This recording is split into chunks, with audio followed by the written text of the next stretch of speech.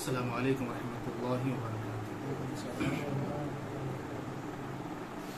ان الحمد للہ نحمده ونصلي على رسوله الكريم، اما بعد واشهد ان لا اله الا الله وحده لا شريك له واشهد ان محمدا عبده ورسوله۔ اعوذ بالله من الشیطان الرجیم، بسم اللہ الرحمن الرحیم۔ قال الله ربي في كلامه المبين، لقد جاءكم رسول من أنفسكم عزيز عليه ما عنتم حريص عليكم بالمؤمنين رؤوف رحيم۔ میرے معزز دینی اور ملی اسلامی بھائی، ابھی میں نے آپ حضرات کے سامنے اللہ کے کلام سے سورۃ التوبہ کی ایک آیت کریمہ کی تلاوت کی ہے، جس آیت مقدسہ میں اللہ رب العالمین نے پیارے نبی کریم صلی اللہ علیہ وسلم اپنی امت کے تعلق سے کتنے فکر مند تھے، اللہ کے نبی صلی اللہ علیہ وسلم کا دل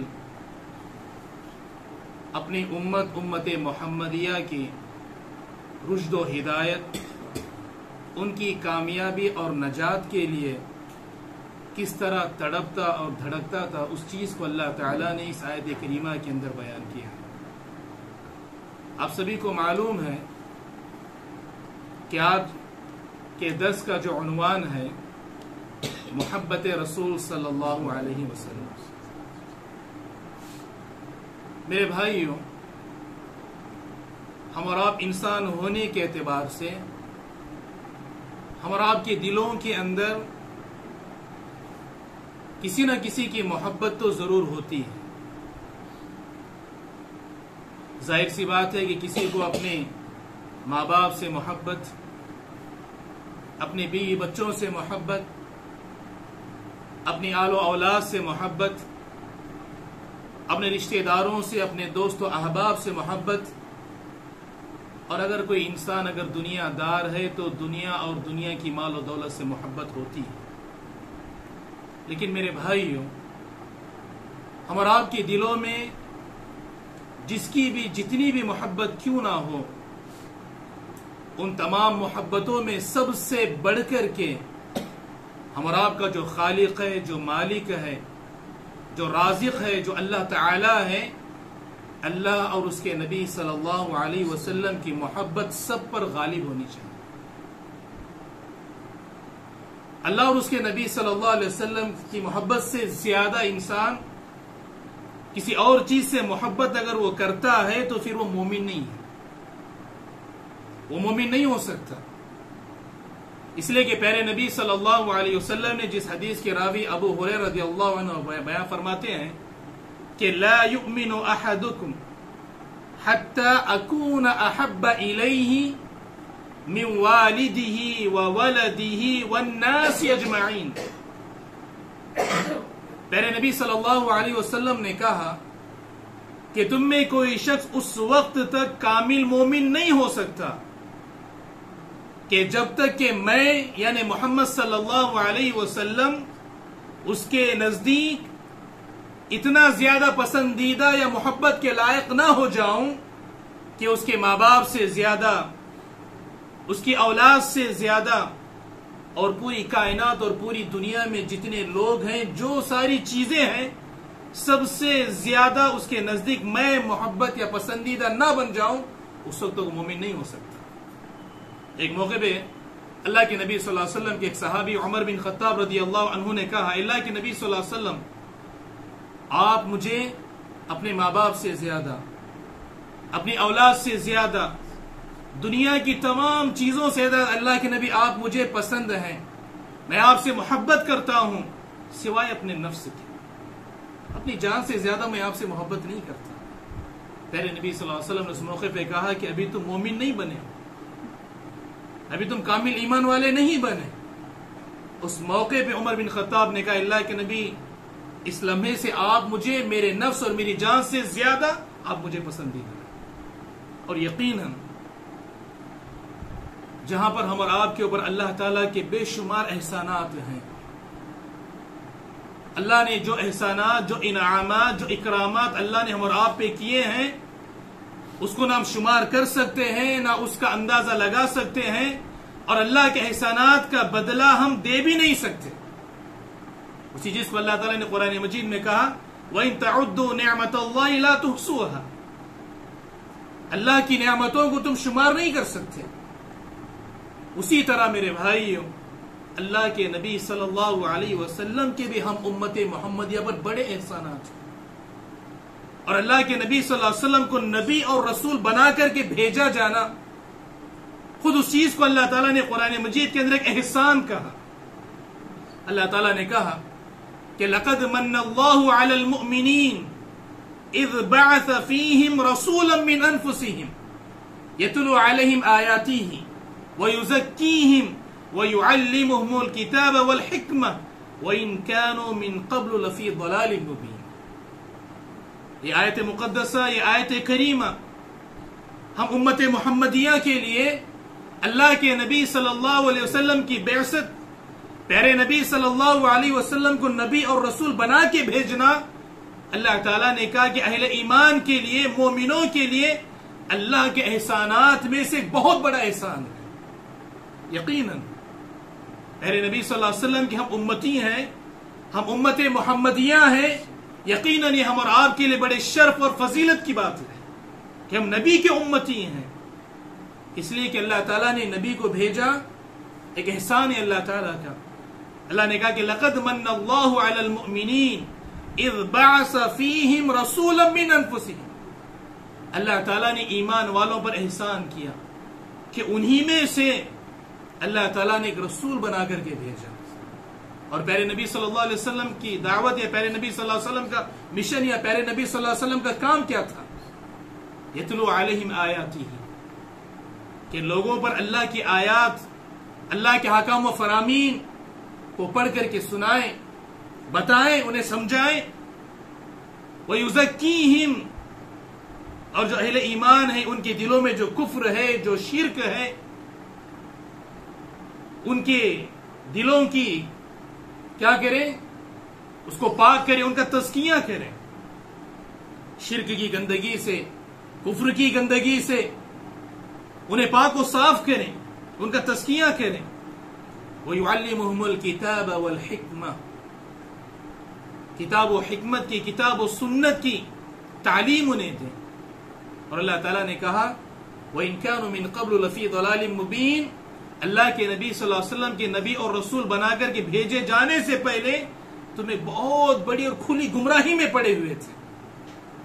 اب اللہ کے نبی صلی اللہ علیہ وسلم کی سیرت کا مطالعہ کریں تو آپ کو پتہ چلے گا، اللہ کے نبی صلی اللہ علیہ وسلم کے نبی اور رسول بن کے آنے سے پہلے اہل عرب اس دور کو دور جاہلیت کہا جاتا، یعنی وہ ایسا دور تھا کہ جہالت کی ساری حدیں انہوں نے پار کر دی تھی. لیکن اللہ کے نبی آئے، اللہ کے نبی نے انہیں اللہ کے حکم و فرامین پڑھ کر کے سنایا، ان کی اصلاح کی، ان کی تربیت کی، ان کے دلوں کا تزکیہ کیا، کتاب و حکمت کی تعلیم دی، ان کی تربیت کی. تو نتیجہ یہ ہوا کہ جس زمانے کو دور جاہلیت کہا گیا، اسی زمانے میں اللہ کے نبی کے پاس بیٹھ کر کے تربیت پانے والے ان صحابہ کے تعلق سے پیارے نبی صلی اللہ علیہ وسلم اپنی زبان سے اس بات کی گواہی دی اور کہا خیر القرون قرنی ثم الذین یلونہم ثم الذین یلونہم. زمانے میں سب سے بہترین زمانہ، زمانے کے سب سے بہترین لوگ اگر کوئی ہیں تو میرا اور میرے صحابہ کا زمانہ ہے. تو یہ اللہ کے نبی صلی اللہ علیہ وسلم کی تعلیم و تربیت کا نتیجہ تھا.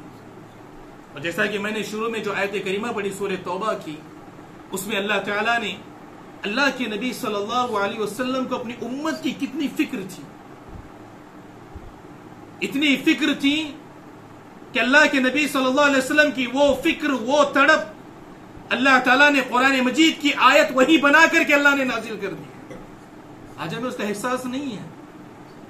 پیارے نبی صلی اللہ علیہ وسلم کے ان احسانات کا بدلہ ہم احسان مند نہیں ہیں. یہی نتیجہ ہے کہ آج ایک مسلمان ہونے کے باوجود پیارے نبی صلی اللہ علیہ وسلم سے جو سچی اور خالص محبت ہونی چاہیے وہ آج اس کے اندر کمی یا اس میں بدعملی یا بے عملی ہمیں نظر آتی ہے. اللہ تعالیٰ نے کیا کیا قرآن مجید کے اندر؟ لَقَدْ جَاءَكُمْ رَسُولٌ مِّنْ أَنفُسِكُمْ. اللہ تعالیٰ نے کہا کہ تمہارے پاس ایک ایسے رسول آئے ہیں جو تم ہی میں سے ہیں. من انفسکم، جو تم ہی میں سے ہیں.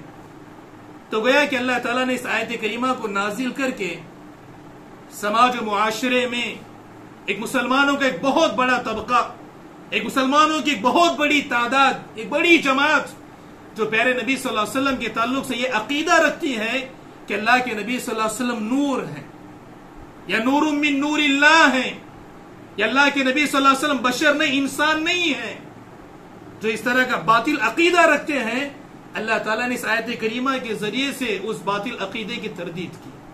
اللہ تعالیٰ کہہ رہا ہے لَقَدْ جَاءَكُمْ رَسُولٌ مِّنْ أَنفُسِكُمْ، تم ہی میں سے ایک رسول ہم نے بھیجا ہے.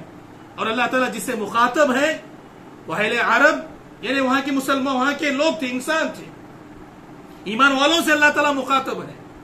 اور صحابہ کیا تھے؟ انسان تھے. تو گویا کہ اس آیت کریمہ میں اللہ تعالیٰ نے اللہ کے نبی صلی اللہ علیہ وسلم کے تعلق سے جو باطل عقیدہ رکھتے ہیں اس کی تردید اور اس کا جواب دیا. اور دوسرا اللہ کے نبی کی صفت بیان کرتے ہوئے کہا کہ اللہ کے نبی کوئی نور، کوئی فرشتہ یا کوئی اور نہیں ہے، وہ تمہارے جیسے انسان ہے، تمہارے میں، تمہیں میں سے ہم نے بھیجا ہے. ان کے بھی ماں باپ، ان کا بھی خاندان، ان کے بھی رشتہ دار، ان کی بیوی بچے، تمہیں میں سے ہم نے رسول بنا کے بھیجا ہے. اور اس کے بعد اللہ تعالیٰ نے کیا کہ اللہ کے نبی صلی اللہ علیہ وسلم کے تعلق سے دوسری چیز، عزیز علیہ ما عنتم. اللہ تعالیٰ کہہ رہا ہے کہ تمہیں اگر کوئی بھی تکلیف اگر پہنچتی ہے، عنت کہتے ہیں ہر وہ تکلیف شدہ چیز، ہر وہ پریشان کرنے والی چیز، ایسی چیز جس سے آپ کو تکلیف پہنچے. اور مفسرین کہتے ہیں کہ تکلیف سے مراد دنیا کی بھی تکالیف، دنیا کی بھی مشقتیں، دنیاوی پریشانیاں، اور ساتھ ساتھ اخروی تکالیف، اخروی پریشانیاں بھی اس کے اندر شامل ہیں. اللہ کے نبی صلی اللہ علیہ وسلم اپنے امت کے تعلق سے کیسے فکر مند تھے. اللہ تعالیٰ کہہ رہا ہے کہ عزیز علیہ ما عنتم، تم امت محمدیہ کو چاہے دنیاوی کوئی پریشانی آئے یا کوئی دنیاوی تکلیف تمہیں لاحق ہو جائے، یا مرنے کے بعد کل قیامت میں، آخرت کے دن میں تمہیں کوئی تکلیف، کوئی پریشانی لاحق ہو، وہ تکلیف و پریشانی میں اگر تم مبتلا ہو جاؤ، اللہ کے نبی کو وہ چیز بڑی تکلیف پہنچا دی، بڑی گراں گزرتی ہے، اللہ کے لیے برداشت نہیں کرتے اس چیز کو. آج ایک باپ اگر اس کی اولاد اگر گر جائے، ٹھوکر کھائے، زخم لگ جائے، بھلے اس کے آنکھ سے آنسو نہ نکلے لیکن دل اس کا تڑپتا ہے. ماں اگر اولاد کو تھوڑی سی تکلیف اگر ہو جائے، ماں اس کی ممتا اتنی امڑ پڑتی ہے کہ آنکھ سے آنسو جاری ہوتے ہیں. یا اللہ تعالیٰ نے اگر کس کو رحم دل دیا ہے، کسی مصیبت زدہ کو دیکھ کے، کسی غریب کو دیکھ کے، کسی بیوہ یتیم مسکین کو دیکھ کر کے ہمارا دل اس کے اوپر ترس کھاتا ہے. اللہ کے پیارے نبی صلی اللہ علیہ وسلم کیا کہہ رہے ہیں؟ اللہ کے نبی کی صفت یہ ہے عزیز علیہ ما عنتم. دنیاوی کوئی مصیبت یا پریشانی یا تکلیف تمہیں لاحق ہو، یا تمہارے مرنے کے بعد کی جو تکلیف ہوگی، چاہے وہ عذاب قبر کی تکلیف ہو، جہنم کے عذاب کی تکلیف ہو، یا میدان محشر کی تکلیف ہو، اگر اس میں تم مبتلا ہو جائے تو یہ چیز اللہ کے نبی کو بڑی تکلیف پہنچاتی ہے. کتنے فکر مند تھے اللہ کے نبی، ہم امت محمدیہ تھے. پھر اللہ نے آگے کیا کہا؟ حریص علیکم، حریص علیکم، تمہاری ہدایت کے لیے، تمہاری رشد و ہدایت کے لیے، تمہاری کامیابی کے لیے، چاہے دنیا میں کامیابی ہو یا اخروی کامیابی ہو، اس کے تعلق سے اللہ کے نبی صلی اللہ علیہ وسلم بہت زیادہ حریص تھے. بہت زیادہ اللہ کے نبی صلی اللہ علیہ وسلم حریص تھے. ہمیشہ اللہ کے نبی صلی اللہ علیہ وسلم کو اپنی امت کی فکر رہا کرتی، کسی طرح وہ کفر کو چھوڑ دیں، بت پرستی کو چھوڑ دیں، اللہ پر ایمان لائیں، مجھے اللہ کی طرف سے بھیجا ہوا نبی اور رسول تسلیم کر لیں، ہدایت پا جائیں، کامیاب ہو جائیں. ہمیشہ اللہ کے نبی صلی اللہ علیہ وسلم کو ہماری فکر ہوا کرتی ہماری خیر و بھلائی کی. حدیث تھے اللہ کے نبی صلی اللہ علیہ وسلم. اور آگے اللہ رب العالمین نے کہا بالمؤمنین رؤوف الرحیم، اور مومنوں کے ساتھ اللہ کے نبی صلی اللہ علیہ وسلم بڑے رحم دل، بڑے مشفق تھے. اس آیت کریمہ پہ آپ غور کریں کہ اللہ کے نبی صلی اللہ علیہ وسلم اپنی امت کے تعلق سے کتنی زیادہ فکر مند تھے. یہی فکر تھی اللہ کے نبی کی اپنی امت کی، جس کو اللہ نے سورہ کہف میں بیان فرماتے ہوئے کہا فَلَعَلَّكَ بَاخِعٌ نَفْسَكَ عَلَىٰ آثَارِهِمْ إِن لَّمْ يُؤْمِنُوا بِهَٰذَا الْحَدِيثِ أَسَفًا. اللہ کے نبی یہ لوگ اگر قرآن مجید پر یا اللہ کی بھیجی ہوئی شریعت پر ایمان نہیں لا رہے ہیں یا مجھ پہ ایمان نہیں لا رہے، آپ کو نبی یا رسول تسلیم نہیں کر رہے، اس فکر میں کہیں آپ اپنے آپ کو ہلاک و برباد نہ کر دیں. اسی لیے پیارے نبی صلی اللہ علیہ وسلم کی 23 سالہ زندگی آپ اٹھا کر کے پڑھ لیں، اس کا مطالعہ آپ کریں. پیارے نبی صلی اللہ علیہ وسلم اس دنیا میں 23 سال زندگی گزارے. پیارے نبی صلی اللہ علیہ وسلم کی پوری 23 سالہ زندگی صرف امت کی خیر و بھلائی کے لیے گزری. پیارے نبی کو اپنی کوئی فکر نہیں تھی، نہ کھانے کے اعتبار سے، نہ لباس کے اعتبار سے، نہ رہنے کے اعتبار سے کوئی فکر اللہ کے نبی کو نہیں تھی. آپ پیارے نبی کی سیرت اٹھا کے آپ پڑھیں، اللہ کے نبی کی سیرت کا مطالعہ کریں.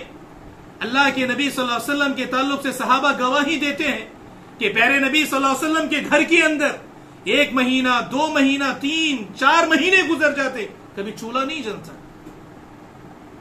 اللہ کے نبی کو گھر میں کھانے پینے کی نہیں، ہمیشہ ہر وقت امت کی فکر تھی. امت کی رشد و ہدایت، امت ہدایت یافتہ ہو جائے، امت دنیا و آخرت میں نجات پانے والی بن جائے. اللہ کے نبی جو لباس پہنتے پیوند لگے ہوئے لباس ہوتے. ایک صحابی کا واقعہ بھی آپ نے سنا ہوگا، ابو طلحہ اور ام سلیم کا واقعہ. ایک مہمان اللہ کے نبی صلی اللہ علیہ وسلم کے پاس آئے اور رات میں مہمان بن گئے تو اللہ کے نبی صلی اللہ علیہ وسلم کے پاس تو کچھ نہیں. اللہ کے نبی نے صحابی کو بھیجا، جائے دیکھیں کہ امہات المومنین میں کسی کے گھر میں کچھ آج اس مہمان کے لیے کھانے کے لیے کچھ انتظام کر دیں. وہ صحابی، ایک صحابیہ، دوسرے تیسرے اس طرح کرتے، سارے ازواج مطہرات کے گھر ہوتے ہوئے آئے اور آنے کے بعد ایک ہی جواب دیا، اللہ کے نبی گھر میں سوائے کھجور اور زمزم کے علاوہ کچھ نہیں. یہ پیارے نبی صلی اللہ علیہ وسلم کے گھر کا حال ہے، گھر کا معاملہ ہے اللہ کے نبی صلی اللہ علیہ وسلم کا. اس کے بعد ہے کہ اللہ کے نبی صلی اللہ علیہ وسلم کہتے ہیں کون ہے جو آج میرے مہمان کو اپنے گھر مہمان بنائے گا؟ تو ابو طلحہ رضی اللہ عنہ ہاتھ اٹھاتے ہیں اور کہتے ہیں اللہ کے نبی میں اس کو لے کے جاتا ہوں. پھر گھر لے جاتے ہیں، پھر گھر میں اپنی بیوی سے پوچھتے ہیں تو ام سلیم کہتے ہیں اے آپ مہمان لے آئے، ہمارے لیے تو آج ہم تو بھوکے سونا ہی تھا، لیکن بچوں کے لیے تھوڑا بہت کچھ میں نے رکھ دیا تھا. تو وہ کہتے ہیں کہ نہیں، ایسا کام کرو، اللہ کے نبی کے مہمان کو کھلا دو، بچوں کو بہلا پسلا کر کے سلا دینا. تو یہ پیارے نبی صلی اللہ علیہ وسلم کے گھر کا معاملہ تھا. اللہ کے نبی کا لباس ایسا پیوند لگے ہوئے تھے، پیوند لگے ہوئے لباس پہنتے. تو ایک صحابیہ نے اللہ کے نبی کے لباس کو دیکھ کر کے ایک چادر ہدیے میں دی، اور وہ چادر بھی ایک صحابی نے دیکھا تو پوچھ لیا، کہا کہ اللہ کے نبی یہ چادر آپ مجھے دے دیں. اللہ کے نبی نے وہ چادر اٹھا کے انہیں دے دی. صحابہ کہتے ہیں آپ دیکھتے ہیں اللہ کے نبی کے لباس کا یہ معاملہ ہے، خود اللہ کے نبی کو اس کی ضرورت ہے اور تم وہ چادر مانگ لیے. اور صحابہ بڑے ہوشیار ہو کہتے ہیں کہ میں نے اس لیے وہ چادر اللہ کے نبی سے مانگی تاکہ میرے انتقال کے بعد تاکہ وہ چادر میرا کفن بن جائے. تو یہ نبی صلی اللہ علیہ وسلم کے لباس کا معاملہ. اللہ کے نبی مسجد سے صبح کے اذکار کر کے گھر پہنچ رہے، ام المومنین عائشہ رضی اللہ عنہا سے پوچھتے ہیں کیا گھر میں کچھ کھانے کو ہے؟ کہتے ہیں کہ اللہ کے نبی گھر میں کھانے کو کچھ نہیں. کہتے تب تو میں صائم ہوں، تو آج روزے سے میں رہوں گا. اللہ کے نبی صبح کے اذکار کر کے گھر آ رہے تو ام المومنین عائشہ رضی اللہ عنہا کہتی ہیں گھر میں اللہ نے کچھ کھانے کا انتظام کیا، کچھ میٹھا ہے. پیارے نبی صلی اللہ علیہ وسلم کہتے ہیں میں نے صبح روزے کی نیت کر لیا تھا، ٹھیک ہے روزہ توڑتا ہوں، لاؤ مجھے کھانا پیش کیا جائے. تو یہ اللہ کے نبی صلی اللہ علیہ وسلم کا گھر کا معاملہ تھا. اس کے باوجود اللہ کے نبی صلی اللہ علیہ وسلم اپنی امت کی کتنی فکر تھی. اسی لیے اس آیت کریمہ کی روشنی میں بعض اہل علم یہ لکھتے ہیں کہ ایک داعی کو جو خالص کتاب و سنت کی دعوت دیتا ہو، جو خالص قرآن و حدیث کی دعوت دیتا ہو، جو لوگوں کی اس بات کی دعوت دیتا ہو کہ ایک اللہ کی عبادت کی جائے، اللہ کی عبادت میں کسی کو شریک نہ ٹھہرایا جائے، اور شرک سے لوگوں کو آگاہ کرتا ہو، لوگوں کو بدعت و خرافات رسوم و رواج سے آگاہ کرتا ہو، ایسے داعی کے لیے ضروری ہے کہ اپنے آپ کو اللہ کے نبی صلی اللہ علیہ وسلم کی اس صفت والی آیت میں اپنے آپ کو ڈھالنے کی کوشش کرے۔ اللہ کے نبی یقیناً ہمارے لیے آئیڈیل اسوہ اور نمونہ ہے، لیکن دعوتی میدان میں ایک داعی کو اس آیت کے مطابق اپنے آپ کو بنانا چاہیے، اس کی وہ فکر ہونی چاہیے امت کے تعلق سے، امت کے تعلق سے وہ فکر و تڑپ اس کے دل میں بھی ہونی چاہیے۔ ایسا نہیں ہے کہ میں قرآن و سنت پہ عمل کرتا ہوں، میں 5 وقت کی صلاۃ کا پابند ہوں، میں سنن و نوافل کا اہتمام کرتا ہوں، ذکر و اذکار کا میں پابند ہوں، شرک سے، بدعات سے، خرافات سے، رسوم و رواج سے میں کوسوں دور ہوں، میرے حد تک ٹھیک ہے۔ نہیں، ایک داعی اپنے ساتھ ساتھ دوسری کی بھی یہی فکر رکھتا ہے، جو اللہ کے نبی صلی اللہ علیہ وسلم کی محبت کے تقاضوں میں سے ایک بہت بڑا پیغام جو ہمیں جو ملتا ہے اس آیت کریمہ کی روشنی میں ہونا چاہیے، داعی کو اسی طرح فکر مند ہونا چاہیے۔ تو میرے بھائیوں، اس آیت کریمہ میں آپ دیکھیں اللہ تعالیٰ نے اللہ کے نبی صلی اللہ علیہ وسلم کے تعلق سے بیان کیا امت کی کتنی وہ فکر رہا کرتی، تو ظاہر سی بات ہے جب اللہ کے نبی صلی اللہ علیہ وسلم کو امت کی اتنی فکر تھی تو یقیناً ہر مومن کے لیے، ہر موحد کے لیے، اس کے لیے ضروری ہے، اس کے اوپر فرض اور واجب اور لازم ہے کہ وہ اللہ کے نبی صلی اللہ علیہ وسلم سے سچی محبت کرے۔ یقیناً اللہ کے نبی صلی اللہ علیہ وسلم ہم اور آپ کی سچی محبت کے حقدار ہیں، اور محبت کرنی بھی چاہیے اللہ کے نبی صلی اللہ علیہ وسلم سے۔ اس نبی کو اپنی امت کی اتنی فکر ہو، کسی نے شاعر کا، کسی نے مجنون کا، کسی نے پاگل دیوانہ کا، کسی نے راستے میں کانٹے بچھائے، کسی نے کچرا ڈالا، سجدے کی حالت میں اونٹ کی گندی اوجری لا کر کے ڈالے، یہ سب کچھ اللہ کے نبی صلی اللہ علیہ وسلم نے سہا برداشت کیا، کس کے لیے؟ اپنی امت کے لیے۔ اور کتنے اللہ کے نبی صلی اللہ علیہ وسلم حریص تھے، آپ دیکھیں کہ اللہ کے نبی صلی اللہ علیہ وسلم ایک موقع میں بیان فرماتے ہیں کہ اللہ تعالیٰ نے ہر نبی اور رسول کو ایک ایسی دعا کرنے کا موقع دیا، ہر نبی اور رسول کو، کہ آپ جو چاہیں وہ دعا کریں، اور دعا کے کرنے سے پہلے اللہ تعالیٰ نے اس دعا کی گارنٹی، قبولیت کی اللہ تعالیٰ نے گارنٹی دی۔ دعا بعد میں کریں، لیکن آپ جو بھی دعا کریں گے، آپ کی وہ دعا آپ کرنے سے پہلے میں اس کی گارنٹی دیتا ہوں کہ ضرور وہ دعا آپ کی قبول ہوگی۔ تو اللہ کے نبی صلی اللہ علیہ وسلم کہتے ہیں کہ ہر نبی نے، ہر رسول نے یہ موقع انہوں نے دنیا میں استعمال کر لیا، لیکن میں نے یہ موقع کل قیامت کے دن آخرت کے لیے بچا کر کے رکھا ہے۔ کتنے حدیث تھے ہم امت کے اللہ کے نبی صلی اللہ علیہ وسلم، اس حدیث کی روشنی میں آپ دیکھیں، اللہ نے بھی مجھے یہ موقع دیا، کہا کہ ایک ایسی دعا آپ دعا کریں، کرنے سے پہلے آپ کی دعا کی قبولیت کی میں گارنٹی دیتا ہوں۔ اللہ کے نبی کہتے ہیں ہر نبی اور رسول نے وہ موقع دنیا میں استعمال کر لیا، لیکن میں نے اس موقع کو آخرت میں بچا کے رکھا، اور وہ کیا ہے جانتے ہیں؟ کل قیامت کے دن اپنی امت کے حق میں اللہ کے نبی صلی اللہ علیہ وسلم شفاعت کریں گے۔ کہ اللہ کے نبی نے یہ موقع آخرت میں اللہ کے نبی صلی اللہ علیہ وسلم نے بچا کے اس کو رکھا۔ کتنی حدیث ہے اللہ کے نبی صلی اللہ علیہ وسلم۔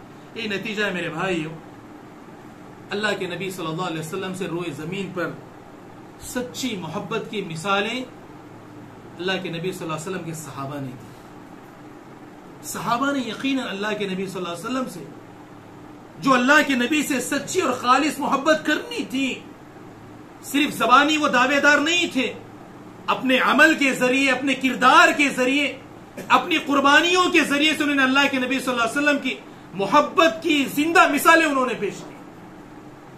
آج بھی ہیں مسلمان جو زبان سے دعویٰ کرتے ہیں ہم اللہ کے نبی سے محبت کرنے والے ہیں، لیکن دعوے کے حد تک ہے، لیکن ایک انسان کا دعویٰ اللہ کے نبی سے محبت اس وقت پورا ہوتا ہے جب وہ عمل کے ذریعے سے اس کو ثابت کرے۔ اللہ کے نبی صلی اللہ علیہ وسلم کے صحابی، ایسے بخاری کی حدیث ہے کتاب الحدود کے اندر، کہ کہاں تک اللہ کے نبی کے صحابہ اللہ کے نبی سے محبت کرتے تھے. حدیث کے راوی عمر بن خطاب رضی اللہ عنہ وہ کہتے ہیں کہ اللہ کے نبی صلی اللہ علیہ وسلم کے زمانے میں ایک صحابی تھے، ان کا نام عبداللہ تھا، لیکن لوگ انہیں حمار کے لقب سے پکارتے تھے. حمار یعنی گدھا، اور گدھے کا مطلب ان کا مذاق اڑانا نہیں تھا.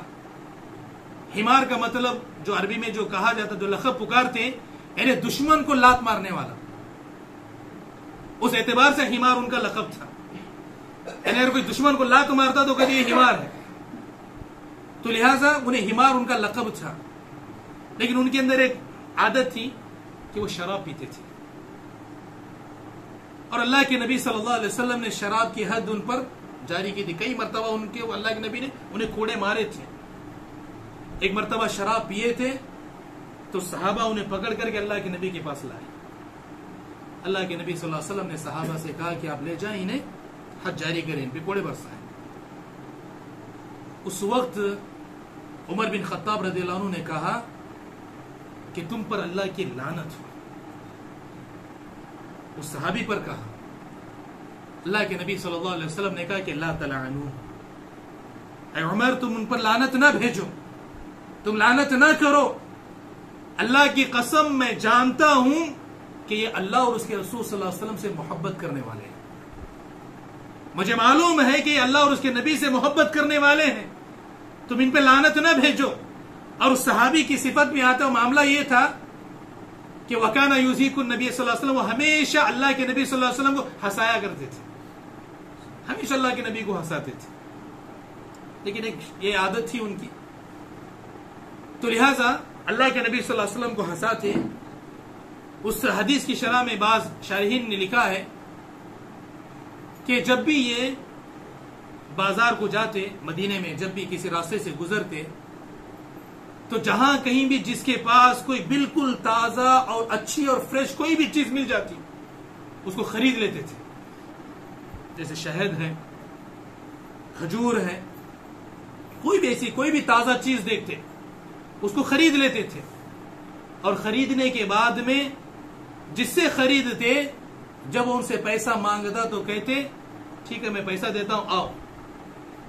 اس بیچنے والے کو اپنے ساتھ میں لیتے اور اللہ کے نبی صلی اللہ علیہ وسلم کے پاس آتے، اور جو چیز خرید کے لائے اور کہتے اللہ کے نبی یہ آپ کے لیے ہدیہ ہے، آپ ہدیہ میرا قبول کیجیے. اللہ کے نبی صلی اللہ علیہ وسلم وہ لے لیتے، اور وہ لینے کے بعد میں جس نے جو چیز بیچی ہے وہ جو پیسوں کا مطالبہ کرتا ہے کہ بھائی آپ نے خریدا ہے پیسہ دیجیے، تو کہتے ہیں کہ میں ابھی دیتا ہوں. اور اللہ کے نبی صلی اللہ علیہ وسلم، اللہ کے نبی آپ اس کو پیسہ دیجیے. اللہ کے نبی کہتے ہیں آپ نے تو یہ چیز مجھے ہدیہ کیا ہے، اور آپ نے مجھے ہدیہ کیا ہے اور اس کی قیمت مجھے دینی ہے. اس کے بعد وہ کہتے ہیں اللہ کے نہیں میں تو نہیں دے سکتا کیونکہ میرے پاس تو پیسے نہیں ہیں. ارے جب آپ کے پاس پیسے نہیں تھے تو تم نے خریدنا کیوں؟ اور وہ چیز اسے خریدنے کے بعد لا کر کے مجھے ہدیہ دے کر کے جس نے بیچا ہے اس کی قیمت مجھ سے ادا کرنے کو کہہ رہے ہو. تو یہ جب حرکت دیکھتے ان کی تو اللہ کے نبی صلی اللہ علیہ وسلم مسکراتے ہوئے وہ قیمت بیچنے والے کو ادا کرتے اور روانہ کرتے. ہمیشہ ایسا کرتے. ایک دن اللہ کے نبی صلی اللہ علیہ وسلم نے ان سے پوچھا ایسا کیوں کرتے ہو، کیوں ایسا کرتے ہو؟ حالانکہ نہ تو میں نے تمہیں کہا ہے، نہ تو میں نے تمہیں بولا ہے کہ فلاں چیز مجھے چاہیے. جب بھی بازار جاتے ہو کوئی چیز دیکھتے ہو لا کر کے مجھے ہدیہ کر دیتے ہو، پیسہ بھی نہیں دیتے اور اس کا پیسہ مجھے دینا پڑتا ہے، کیوں ایسا کرتے ہو؟ تو دیکھیں صحابہ اتنے معصوم تھے، یقیناً انہوں نے اللہ کے نبی صلی اللہ علیہ وسلم سے سچی محبت کی مثالیں پیش کی ہیں. عبداللہ وہ صحابی کہتے ہیں اللہ کے نبی صلی اللہ علیہ وسلم میری یہ خواہش ہے، میری یہ تمنا ہے کہ میں اپنی آنکھوں سے آپ کو کچھ اچھا اور تازہ کھاتے ہوئے میں دیکھوں. یہ میری دلی چاہت ہے. کیونکہ صحابہ کو معلوم تھا اللہ کے نبی صلی اللہ علیہ وسلم کے تعلق سے 4 مہینے گزر رہے ہیں، گھر میں کچھ بن نہیں رہا ہے. اللہ کے نبی صلی اللہ علیہ وسلم کی وہ غربت، پیارے نبی صلی اللہ علیہ وسلم کی وہ مسکین والی اللہ صحابہ کو معلوم تھا. لیکن صحابہ اللہ کے نبی صلی اللہ علیہ وسلم کہتے ہیں کہ آپ کچھ اچھا کھائیں تاکہ میں اپنی آنکھوں سے آپ کو اچھا کھاتا ہوں میں دیکھوں. یہ میری دلی تمنا ہے. تو یہاں تک بھی صحابہ نے اللہ کے نبی صلی اللہ علیہ وسلم سے محبت کی دلیل مثالیں پیش کی، اور ایسی بہت سی مثالیں میرے بھائیوں قرآن و سنت کے اندر موجود ہیں جو صحابہ نے اللہ کے نبی صلی اللہ علیہ وسلم سے محبت کی مثالیں دی ہیں۔ آپ دیکھیں کہ عبداللہ بن عمر متبع السنہ، ان کے بارے میں آتا ہے کہ وہ اپنے غلام کے ساتھ ایک سفر پہ جا رہے ہیں، دیکھ رہے ہیں کہ راستے کے کنارے قضائے حاجت کی طرح وہ بیٹھے، نہ پانی کچھ نہیں، بس بیٹھے اٹھ گئے۔ ان کے غلام نے ان سے پوچھا کیا بات ہے کہ آپ قضائے حاجت بھی نہیں کیے، بس یہاں پہ بیٹھ گئے اس حالت، اس کیفیت، اس حالت میں، پھر اٹھ کر کے آپ واپس آ گئے؟ تو انہوں نے کہا کہ اس سفر میں اللہ کے نبی صلی اللہ علیہ وسلم کے ساتھ تھا، اللہ کے نبی یا قضائے حاجت کے لیے بیٹھے تھے تو میں بھی بیٹھ گیا۔ تو یہ صحابہ نے اللہ کے نبی سے محبت کی دلیلیں دی ہیں۔ اور اسی طرح اگر آپ دیکھیں خبیب بن عدی رضی اللہ عنہ، ان کا واقعہ بڑا مشہور، آپ جانتے بھی ہیں، بس ضمناً یہ باتیں میں آپ کے سامنے رکھتا ہوا جا رہا ہوں، شاید وقت بھی میرا ہونے آ گیا ہے، کہ جب انہیں سولی پر چڑھایا گیا تو اس کفار و مشرکین میں سے کسی نے یہ جملہ بھی کہا، کتنا اچھا ہوتا کہ اگر تم یہاں سے آزاد ہو جاؤ اور تمہاری جگہ اللہ کے نبی صلی اللہ علیہ وسلم کو کھڑا کر دیا جائے، اس پھانسی کے پندے پر انہیں کھڑا کر دیا جائے۔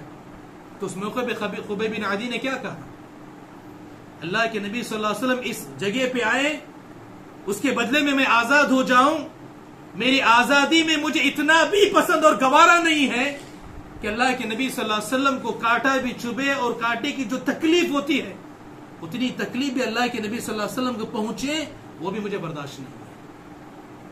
تو یہ صحابہ نے مثالیں پیش کی۔ اسی لیے میرے بھائیو دیکھیں کہ میرے استاد بیان کر رہے تھے، یہ 1447 ہجری چل رہی ہے، یعنی اللہ کے نبی صلی اللہ علیہ وسلم کی وفات پہ 1400 سال ہو گئے۔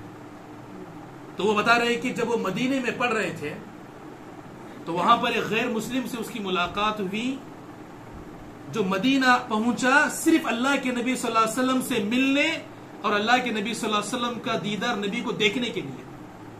اس کو یہ بھی معلوم نہیں تھا، بتاتے ہیں کہ وہ جس علاقے کا تھا سارے کے سارے غیر مسلم تھے، دور دور تک کسی مسلمان کا نام و نشان نہیں ہے، ایسے علاقے سے وہ آیا تھا۔ بتاتے ہیں کہ پتہ نہیں کس ذریعے سے اللہ کو اس کو ہدایت دینا معلوم نہیں تھا، کسی طریقے سے اس کو اللہ کے نبی صلی اللہ علیہ وسلم کے بارے میں اس کو علم ہوا، پیارے نبی صلی اللہ علیہ وسلم کی زندگی کو اس نے مطالعہ کیا، کرنے کے بعد اس نے اللہ کے نبی صلی اللہ علیہ وسلم کی شخصیت کیا تھی، وہ کیا دعوت لے کے آئے تھے، اس دعوت کو اس نے اپنی سگی بہن کو دیا، تو اس کی بہن کو جب وہ قبول کر لی اس کی دعوت، تو اس کے گھر والوں نے، اس کے باپ نے، اس کے چچا وغیرہ نے مل کر اس کو زندہ جلا دیا، اس کی بہن کو۔ اس وقت اس نے دیکھا کہ اگر یہی رہا تو میرا بھی یہی حشر ہوگا، کسی طرح بھاگنے کی کوشش کی تو ان کے گھر والوں نے اس کو مندر ہی میں بند کر دیا، کئی دنوں کئی مہینوں تک اسی میں پڑا رہا، اسی میں بند کر دیے۔ لیکن اللہ کو ہدایت دینے، جس طرح سلمان فارسی آئے تھے، شاید وہ بھی اسی طرح وہاں سے کسی طرح اپنی جان کو بچا کر کے وہ نکلا اور مدینہ پہنچا۔ صرف ایک ہی اس کی تمنا کیا تھی کہ میں نے جن کے بارے میں پڑھا ہے مجھے ان سے ملنا ہے، انہیں دیکھنا ہے، اور مدینہ پہنچا۔ وہ پہنچنے کے بعد میں اللہ کے نبی صلی اللہ علیہ وسلم کے بارے میں جب معلوم کرنے کی کوشش کی تو وہاں بتایا گیا آپ جن سے ملنے یا جن کو دیکھنے کے لیے آپ آئے ان کا انتقال ہوئے 1400 سال ہو گئے۔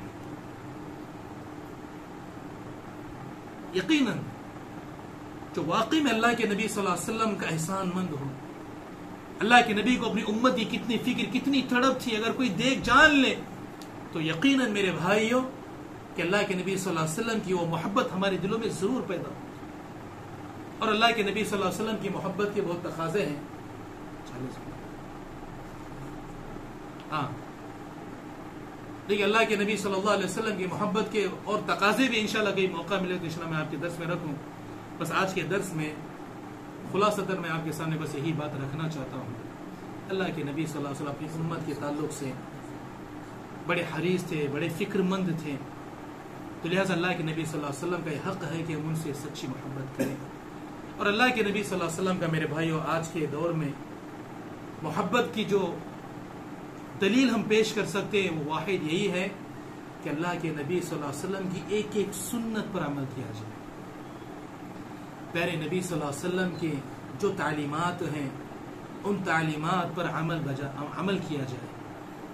اللہ کے نبی صلی اللہ علیہ وسلم نے جو جو تعلیمات ہمیں سکھائی ہیں، اللہ کے نبی کی ان تعلیمات پر، نبی کے ان احکام و فرامین پر، پیارے نبی صلی اللہ علیہ وسلم کی ان سنتوں پر عمل کیا جائے، یہ آج کے دور میں اللہ کے نبی صلی اللہ علیہ وسلم سے سچی محبت کی دلیل ہے۔ صحابہ نے اللہ کے نبی کی محبت میں مالوں کی قربانی دی، اپنی بیوی بچوں کی قربانی دی، حال و اولاد کی قربانی دی، مال و دولت کی قربانی، یہاں تک کہ اپنی جانوں کی انہوں نے قربانی دی۔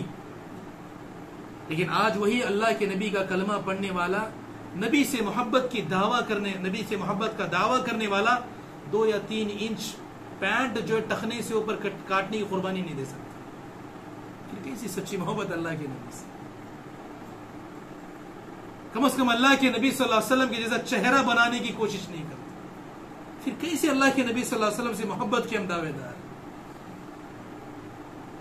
کتنے ایسے مسلمان ہیں، اپنا کاروبار دیکھیں، اپنے اخلاق آپ دیکھیں، ان کے معاملات ماں باپ کے ساتھ، بیوی بچوں کے ساتھ، بھائی بہنوں کے ساتھ، رشتہ داروں کے ساتھ، آس پڑوسیوں کے ساتھ، غیر مسلموں کے ساتھ، زبان کے اعتبار سے، اخلاق کے اعتبار سے آج ہم کہاں محمدی نظر آتے ہیں؟